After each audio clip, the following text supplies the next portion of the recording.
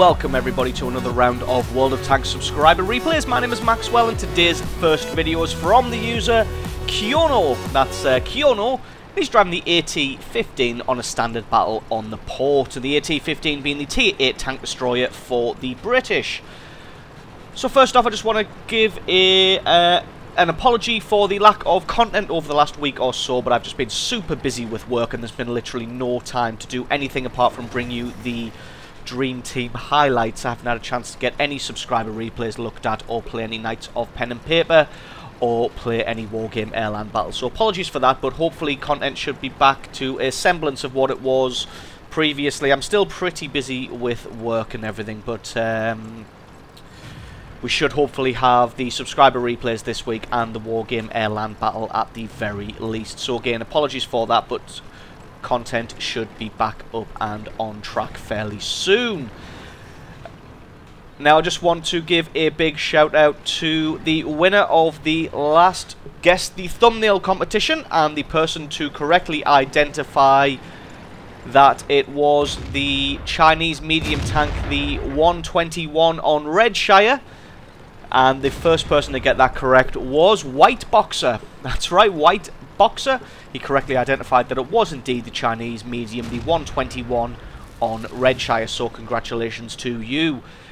If you're wondering why I haven't been announcing winners of previous thumbnail competitions in the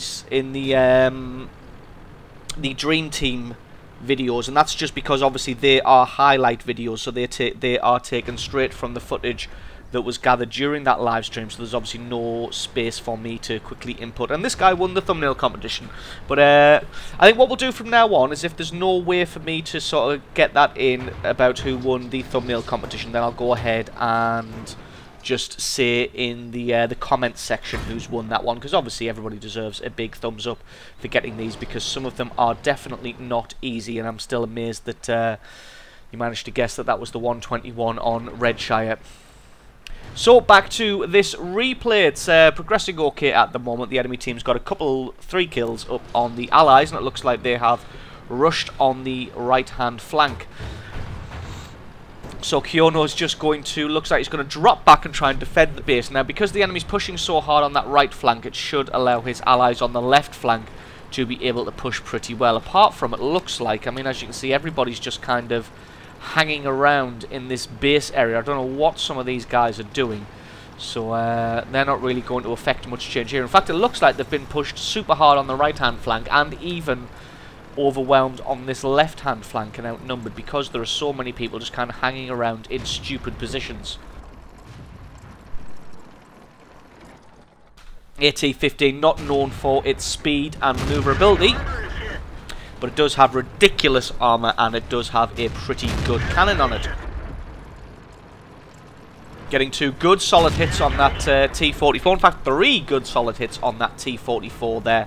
And this T-44 has no idea what's about to happen to him. Turns around to try and has a shot at this AT-15, but obviously didn't have enough time to aim his shot there. And he's just going to get absolutely pounded, get set on fire in fact. And then taken out. Kiono did take a hit in the rear armor there, but it looks like that was just absorbed by these massive tracks that the AT-15 comes with. Just going to head around the corner, spot out an AMX here, and gun may not have the best alpha damage of a Tier 8 tank destroyer, but it has a ridiculous rate of fire, as you can see, and he's just able to absolutely murder that that AMX M445A. Oh, nice little shot there, taking out the KV-1S's track there, and in fact gets to set another guy on fire. So nice little piece of work there. So basically Kiono's just going to have to sit in the base. I was going to say just sit in the base and hope that these allies on the left-hand flank can do something, but it looks like the allies on the left-hand flank have been totally overrun and annihilated. So in fact, it's just going to be a case now. He's going to get closed in on from the right-hand side, and soon he's going to get closed in on from the left-hand side. So I think it's just going to be a case of taking as many of these guys to hell with him as he can before he loses. Because let's have a look. They've got a KV-1S, a T-150, and himself here. Trying to position himself so that nobody can sneak up behind him. which is definitely the best choice when in a tank destroyer. I did spot out a Jagdpanzer somewhere around here, so he's just going to be on the hunt for him, although the Jagdpanzer is ridiculously faster than the AT-15. As you can see, it's a big, slow, lumbering beast. So he's just going to be heading over to the left-hand flank to try and pick off try and head the enemy off. Not quite able to take out the track of that Panzer there, but again, the Panzer 5 M10, not the fastest medium tank, so I don't think he's going to be able to carousel around him here. And nope, indeed he's not, and he's just going to get himself eliminated. That Jagdpanzer's turned back up again, but made a bit of a mistake there, tried to ram him and take his track off, not realising how heavy the AT-15 was, so there's going to be no way that he can ram him and take his track out there. Luckily manages to take out the track of this Tiger P. Oh, although somebody has managed to get around behind him, so he's just backing off from that Tiger P and trying to get into cover so he doesn't take too many shots at his rear armour. So the rear armour of this AT-15 not as immense as the front armour. Doing a good job of just keeping his strongest armour facing towards the enemy here. So he's got the IS on the left hand side, he's got that T29 on the right hand side, and he's keeping his front armour on both of them here. So in fact, it was just a case of trying to take as many people to hell with him as he could before he lost, but he's actually only got 2 enemy tanks remaining. Shoots the command hatch of the T29 there, but not quite able to penetrate, so he's just going to charge this guy, as he does have the rate of fire, hopefully, to be able to take him out. So it's looking like he may actually be able to bring this one back from the brink of defeat. Got his track taken out, but he's managed to reload, and now it's just him versus this IS-2, I think that was. It is indeed an IS-2.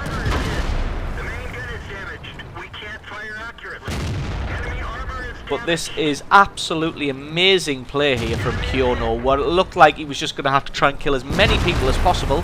Ooh, big hit there from that IS-2, but just one more shot, and Kiono has absolutely mopped the floor with the enemy team, picking himself up a massive 11 kills in that game. And I'm sure you're going to want to see the numbers and just see how effective he was there in this AT-15. So absolutely awesome replay there from Kiono. Thank you so much for sending that one in, and the score screen is coming up in just a second.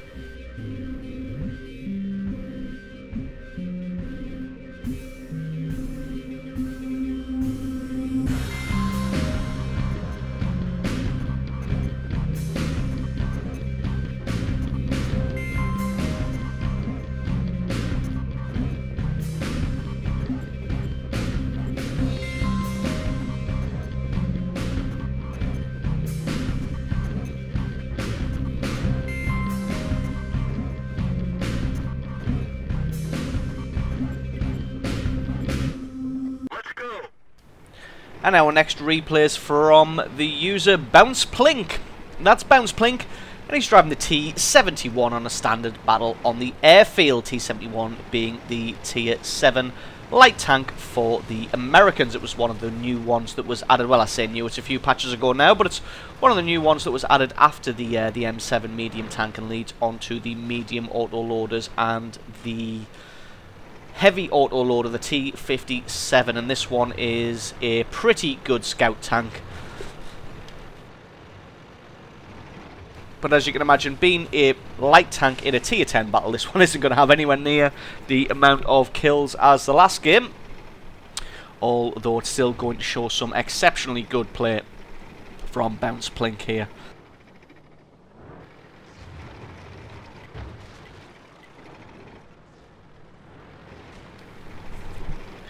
So Airfield's probably one of these maps that I'm not a big fan of scouting on, just because you've got to be aware of so many different angles, and you've got to be aware of so many different places that you can also be spotted from, as well as trying to keep good eyes on the enemy. And Bounce doing a good... Ooh, takes a hit there from a 1375. Luckily, all of it getting absorbed by his track, so he's just going to be able to drop back behind the hill. Might even be able to pop back out in a sec and get a shot on the 1375 himself. So he's taken up a good elevated position here, and he's going to be able to spot anybody who comes across that hill, or anybody who decides to try and go down Suicide Alley there. should be able to get some good spotting done on the enemy. Nobody really making a push up that hill there. Allies have got that T-30 covering off the other side. And you see spots out here. Knerven here. It looks like nobody's really making a push through this centre area. They've got another light tank, the 1390 there. So I'm going to have to be wary of him.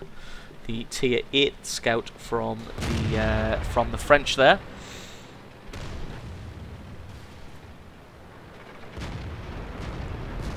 So I'm going to try and get some revenge. Oh no, it's not revenge damage because that's the 1390. But he is able to get a little bit of damage on that 1390, which is good.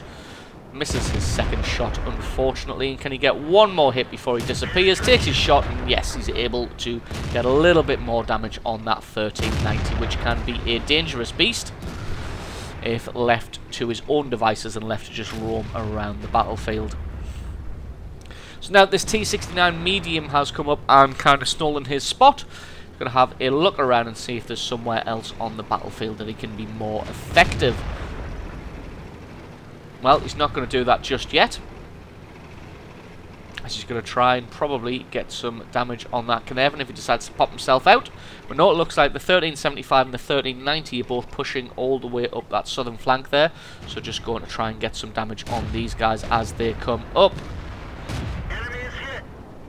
So the gun not doing a great amount of damage, but it does carry 6 shells in that chamber, so he's able to get a good spread of damage. Once he's fully loaded, he's able to kick out a good chunk of damage there, around about 700 or 800 depending on the random number generator. Hopefully those tank destroyers should be able to finish off those light tanks as they are nicely poised. All those E100 has managed to somehow sneak up behind the T30 there. The E100 not being the smallest of tanks, so it's GG from him for managing to sneak up. Probably not going to be able to get a shot through the side of this E100 because his armour is ridiculous. So just has a couple of shots there, but neither of them really doing anything. But luckily did manage to get the E100 to take a shot. And with that reload time on the E100, that is a little bit of a win. That IS-3 and the 110E3 should be able to mop that E100 up, so Bounce Plink's just going to switch his attention to this left-hand flank here, where his allies are all pretty low on health here. He's just going to try and make a battle plan and see if he can get some flanking action done. This FVB going to ruin someone's day for managing to get a hit, but it looks like Bounce is going to be able to get around the side of this Leopard here. Although he's not really wanting to tangle with that, accidentally drives up a hill. Let's hope that doesn't come back to bite him in the ass. But no, it looks like he takes a shot in the rear, but he's able to get away relatively scot-free there. That low has a quick shot. So he's just going to reload while he tries to come up and take this low by surprise. Although it looks like he's managed to spin himself around. He's not really going to want to take him on head on. He's got to be careful of this Leopard PTA coming back from the rear, so just going to posture around the bottom of this hill here. At least this way he's got the low's total attention, and that means he's not going to be shooting at the allies over there. Just reloading his gun here, taking some of the premium shells just to make sure he can get some damage. The Leopard does indeed come around to try and deal with him. Unfortunately, just managed to reload his cannon in time, and the Leopard unfortunately missed that shot because that would have been the kill shot. But the T-92 coming in and just sniping that one away from him. But the low isn't paying attention, and Bounce is able to pick up his first kill now of this match.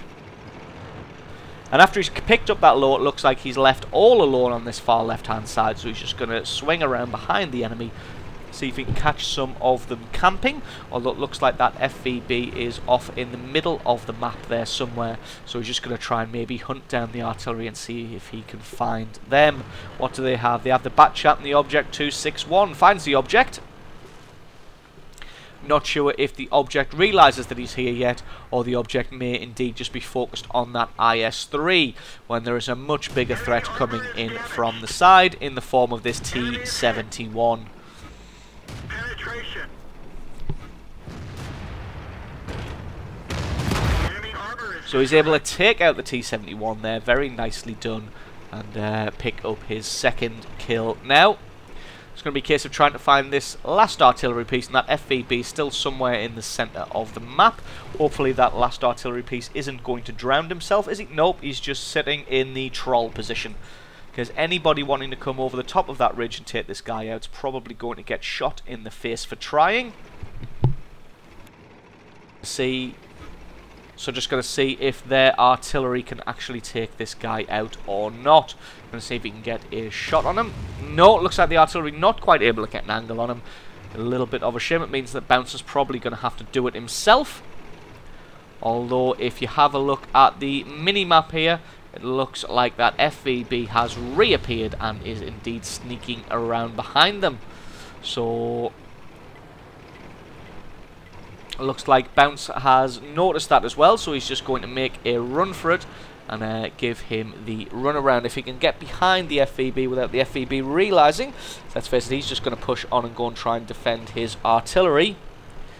Then he should be able to get around behind him, although that IS-3 looks like he hasn't realised what is happening, so he may not be long for this world, especially with only 500 hit points. This FVB should be able to take him out no problem whatsoever. Bouncing on the turret armor there, which is a little bit of a shame, although this FVB needs to reload, and it's going to take him probably around about 40 seconds to do that. All the T-92 coming in and just sniping him away there. So he's got 2 rounds left. Got to see if he can manage to get down the hill there and take out this Batchat, who's just again sitting in the troll position. And it looks like their artillery has no chance of being able to get him. Takes advantage of his slow turret traverse there, and he's able to get down alongside him, although unfortunately he's now got to reload his auto-loader, which is going to take a long time. So what he's going to have to do is probably try and switch from this side to the other side before that cannon is able to get on target, and there we go! Able to do that and not get hit. So this should just be an easy case of just shoot him in the side and eliminate him. So absolutely brilliant replay there from Bounce Plink, showing off the power of the T-71 when used as a good flanker and an artillery hunter. So awesome replay from you. Thank you very much for sending that one in. Stick around because there's another one coming right up.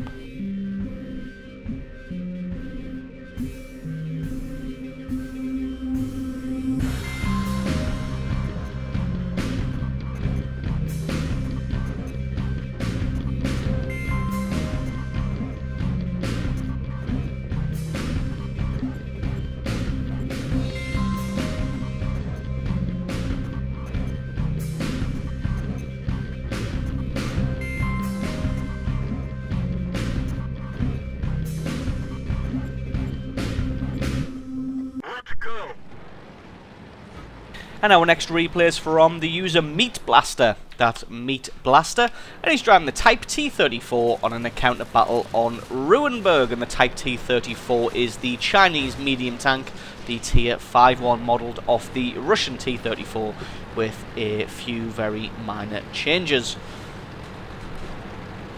So being an encounter battle, the 2 choices here for a medium tank is get straight to the cap zone. Just going to give that Matilda a little bit of a push there because the Matilda's painfully slow. Or you can head down the, well, not any kind of, yeah, down that right-hand flank straight forwards and try and meet the enemy head on, because the enemy does like to, well, every team does like to do that. They like to commit a lot of forces to that central area. And you can generally have a good scrap over the top of that hill if you are well prepared. But Meat Blaster going for the first option, which is to head directly for that cap zone. A nice little jump over a crater there. Going to see if he can catch somebody off guard as they try and rush in and start an early cap. It's no good being the first man in the cap zone normally, because one person will take a huge amount of time to cap. Ooh, spots out a Stug 3 here. Managed to get a, ooh, 2 good shots on him there before he's able to get hidden behind the fountain. But as you can see there on the base capture bar there, it's going to take him over 3 minutes to get this capture off, which is an absolute lifetime in World of Tanks. Anything can happen in 3 minutes, so being the first guy in the cap zone generally isn't a good idea. See if we can pick out the weak spots of this KV-1. As you can see, his cannon doesn't do a particularly large amount of damage, but it does have a good fire speed. Oh, nice little ricochet there. It does have a good rate of fire and an okay penetration. This KV-1 not having much luck penetrating this medium tank here. And he's able to get a good chunk of damage onto that guy. Does get shot in the side by probably that T-49 there, just not watching what he's doing and shooting an ally in the side, not going to help out the team whatsoever there. So that Crusader has gone in. Oh, Meat Blaster not really paying attention either and crashes into the side of that KV-1. Still better than shooting him though. Going to see if we can pick out the weak spot of this AT-2, which is that Commander's hatch. Unfortunately, it looks like the armour is too good, so he's just going to try and take out his tracks, keep him pinned down there. As you can see, even on that Commander's hatch, the gun of the Type T-34 not really up to scratch, so he's going to have to maybe try and get behind him somehow. Takes a hit from an enemy up the road there, deciding that he doesn't have time to drop back, so just tucks himself in against the wall here and hoping this rubble is going to offer some protection. Looks like they've lost interest and decided to move on. The Allies have a good amount of tanks in that cap zone, and it's only 30 seconds until that is won. So it looks like, oh no, it looks like they've either driven out of the cap zone or they are getting eliminated from this AT-2. AT-2 with that quick firing, that 6-pounder that the Churchill has, is pretty damn good at resetting base captures, as you can imagine, because it has a fantastic rate of fire. It's almost 30 rounds per minute. See the AT-2 just decided to switch his attention back, and then Meat Blaster's able to get a shot straight through his side, although he's only got 24 hit points himself left, so he's going to have to play this one very carefully, just having a look down the road there to see if any of the enemy is around there. It looks like not, so he's going to opt, instead of going for that cap zone like a lemming and getting himself killed, he's going to try and flank around the enemy which are coming down that big long main road there. If he can come up behind them or to the side of them, hopefully he can try and catch them unawares.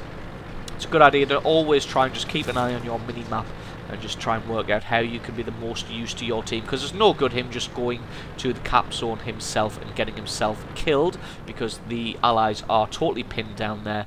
It'll serve his team much better to come at the enemy from this flank here, catch them unawares and try and eliminate as many of them as possible. As you see, already caught out that Su-85 and hopefully should be able to take out this T-49. He's got, like I said, he's got to play it very carefully because he's only got 24 hit points, so one shot from any of these tanks will be more than enough to end his game. This one's going to be a little bit more risky because it's going to take at least 3 shots to take out this Sherman. Looks like it's going to take 4, and if this Sherman decides to spin around, then this could be curtains. He's going to have to be fastest, quickest fingers first. Oh, both of them missed. Well, he dinged. Luckily, the Sherman missed, hit the rubble pile instead, rushed his shot, and got himself blown up. Nice shot on the back of that Ram too there. It looks like that Crusader is holding the attention of this KV-1S, while Meat Blaster just comes at him from the rear. So the Crusader, I mean, the Crusader's under no...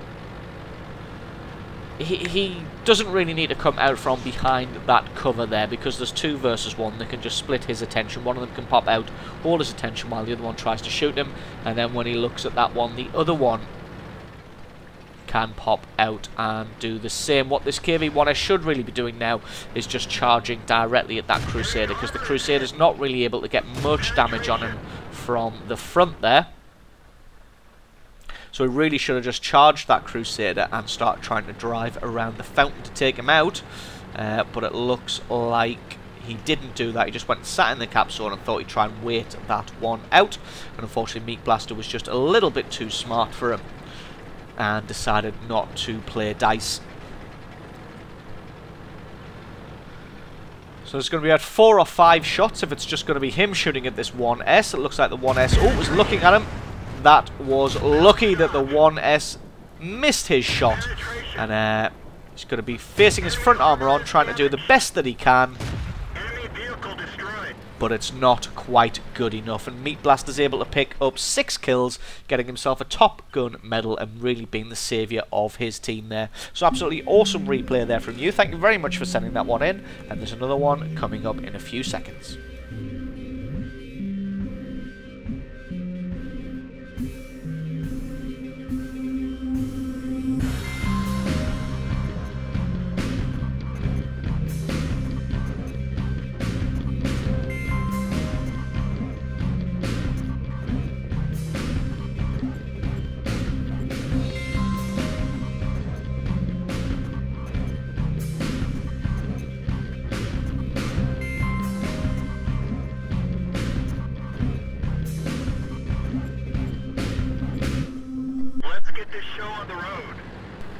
And our final replay of the day is from an Army of Bun. That's an Army of Bun.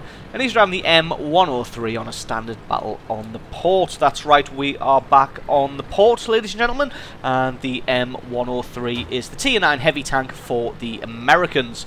Before we get too far into this replay, I do just want to say that this being an old replay, I don't think it is 8.7. There may be a few glitches with some of the scenery, like times when somebody runs over a wall but it doesn't get destroyed, or somebody shoots through what looks like scenery but it isn't actually scenery. As you see there, he just drives through those pipes and nothing happened, and drive through those boxes and nothing's happened. And times will happen later where he appears to shoot through solid train cars, but just rest assured that it's not glitching or hacking or anything.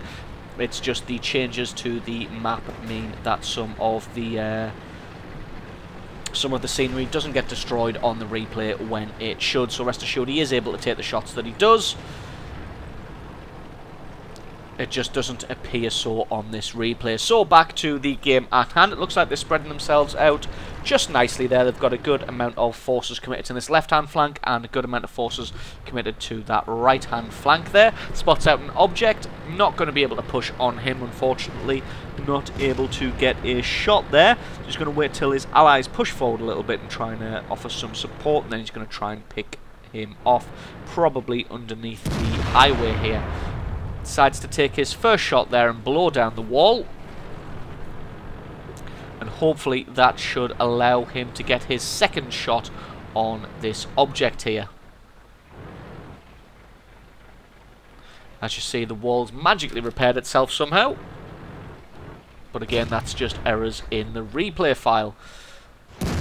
Oh, able to get a nice hit on the side of this Object 268 there, getting a good chunk of damage there. Unfortunately, the one STI has pulled up and is going to be sitting in that position there. And the STI is a stubborn beast to shift.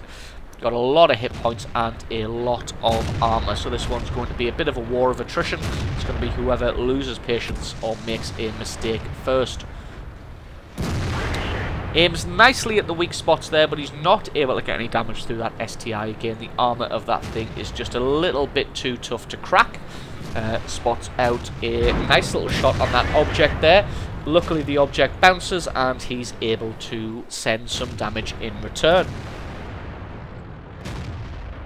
So the two sides are squaring off nicely here. You've got a good contingent on this left-hand flank, and then you've got them arrayed along that train track ridge line there, kind of dueling with the enemy. But it looks like the enemy is trying to get a flanking maneuver on the go from that light and medium tank there.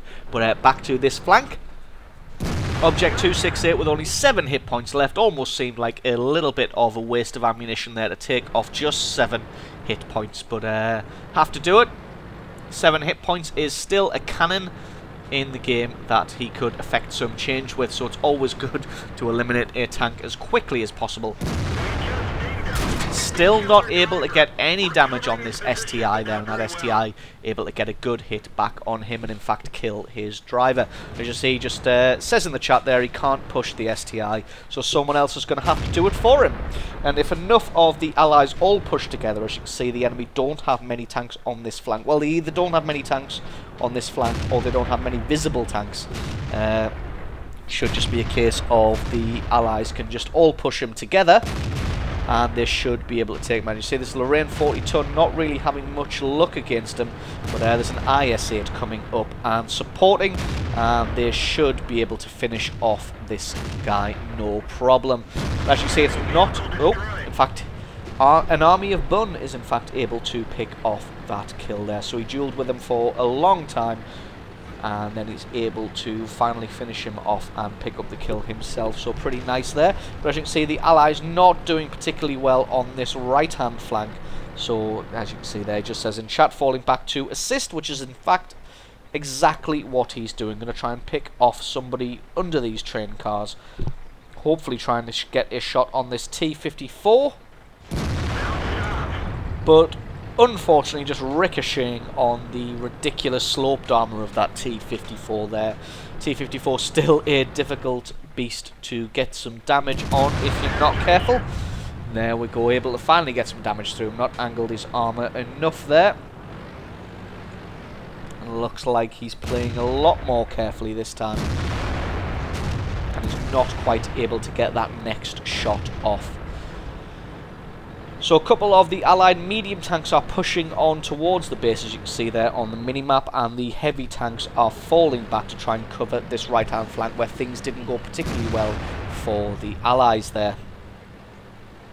He's going to be driving along and hugging this train car, trying to see if he can pick somebody up who is in a bad position and make him pay for that. Is that a... couldn't quite read that. I think it was a Super Pershing in the distance there. Spots out another M103. Or 11003. Yeah. An M110 3. Wow, I have no idea what I'm saying here. Right, so... spots out this guy on the right-hand side here. Just going to try and play it carefully. So that he doesn't, so that he's able to kind of distract him, and hopefully this IS-8 can get some damage on the side of him. Just going to be advancing forward here using the train cars on the right hand side as cover, knowing that if that M103 comes over the top there, then the IS-8 should be able to get a shot on him. But it looks like that IS-8's actually been eliminated by the T-57. So yeah, not able to take out the M103 or get any damage on him, unfortunately, there. So he's just going to be backing off as quickly as possible, trying to use these train cars as cover.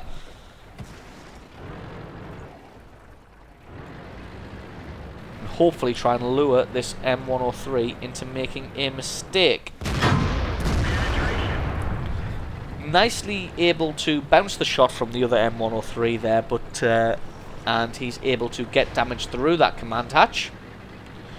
Deciding now that discretion is the better part of valor and is just going to be dropping back. So it looks like those medium tanks that pushed all the way down the left-hand side were repelled by the enemy there, and looks like they are making a beeline for their artillery, the GWE-100 there. But spots out the... what is that? A T-57 heavy. Spots him out on the bridge. He's able to get a good hit through his side of his turret there. Not able to get anything else because he just decides that he's not going to sit on that bridge and take another hit like that, as that will spell the end of his game. Just doing the smart thing of reversing. So he's dropped back to sit in the middle of the train tracks here, and that's just so that he can respond to a push from any flank. If anybody tries to come through the centre, that's where he is. If the enemy decides to rush along the right-hand flank there against the 34-2 and the Pershing, he's going to be able to support. If anybody tries to flank around the far left-hand side and come at the artillery, again, he can be there for support. So sitting in a pretty good position here. It looks like the enemy is indeed pushing on this right-hand side. Super Pershing eliminated, and the 34-2 also eliminated. And then the enemy just taking their little advantage and falling back. That T-57 heavy probably reloading his gun, as that thing takes quite a time to reload. spotted an enemy medium tank pushing on their artillery. The artillery also spotted that one, so he's probably going to be taking up a position where he can look down a street, and if that medium tank comes at him, should be able to take him out. But no, it looks like the Panther II has actually come at him from the rear, and he's going to be getting some good damage on that E100. Can an army of Bun get there in time to save him?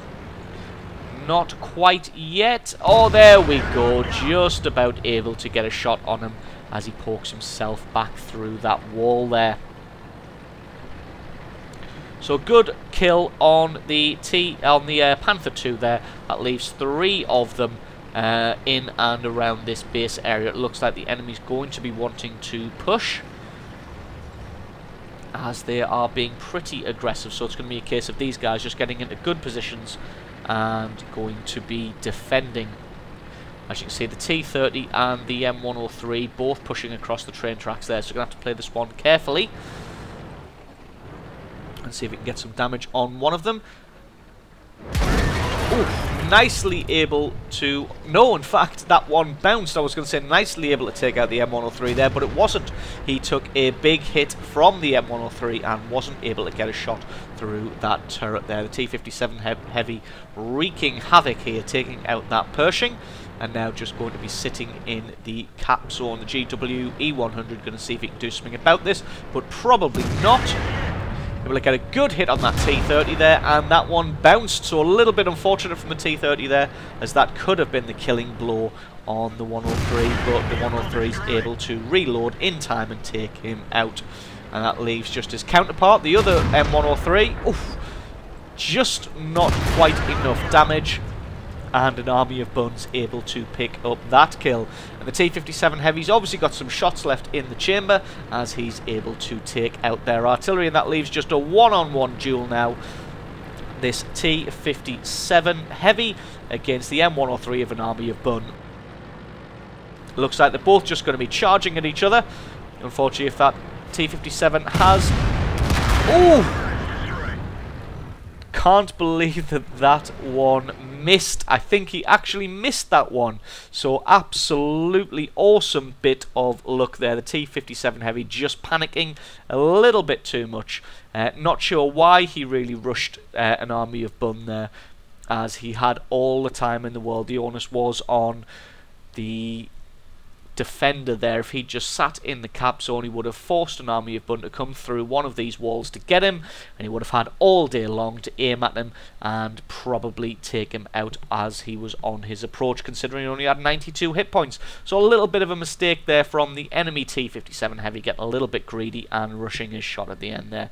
So that's going to be today's subscriber replays. Thank you very much for watching, everybody. Don't forget, if you enjoyed this video, leave me a like or favourite, stick a comment in the comment section below, let me know what you thought of the replays, and don't forget to have a guess of what tank and what map is featured in the thumbnail of this video. If you get the correct answer first, then you'll get a shout out in the next World of Tanks video. So thanks very much for watching, everybody, and I will catch you next time.